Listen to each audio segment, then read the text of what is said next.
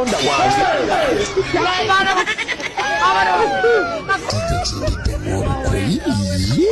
Yagamba muganda wange. Yagamba muganda wange ne muganda wangu lyamu ati olukola balulidde. MC Kat nina Rose olwamukubyeko limu yadduse emisinde.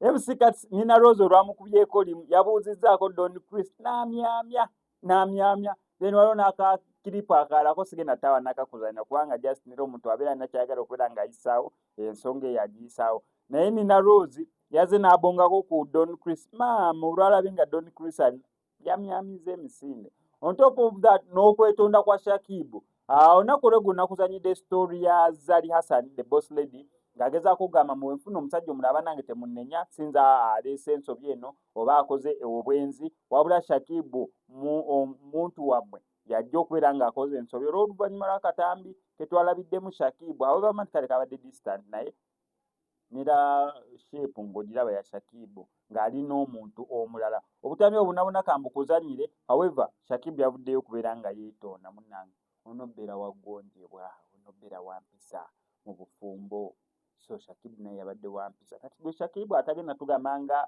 wizo nti oba nabadde ntamidde kati weetonda ng'ogamba wabadde obadde ki kyagambye n'onsonyiwa okuwasa omukyalo mulala Shakib yawasadde batabani ba Falaawo olumu bawoleriza mpola obutambi bwe buno. I would like to publicly apologize to my wife for marrying another wife. I would have realized that it's gonna really hurt her feelings and I didn't have to do such a thing. And also I would like to apologize to my wife about yesterday when I called her and asked her if she wants anything while on my way back home, and she said she doesn't want anything. I would have realized that even though she said she doesn't want anything, let me get her something on the way. So I'm really sorry, my love. Anyway, Kamen will leave you in a desert with no water, Mukamanyi. Keko byange ne Shakib tewali kye Mukamanyi. Sajja omubeererawo n'omukolera buli kimu n'akeera ku makya n'akulaga amazzi.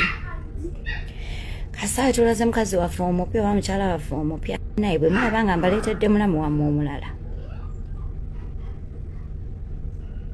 Mubyogera mpola. Temunnenya. Essaawa za kusiibulukuka South Africa kansooke nsiibulukuke. Someddwa eno ne ssenyiga nnemeddeko bannayi ku nsi kuno yekikikyo. Edini etugamba alhamdulillah.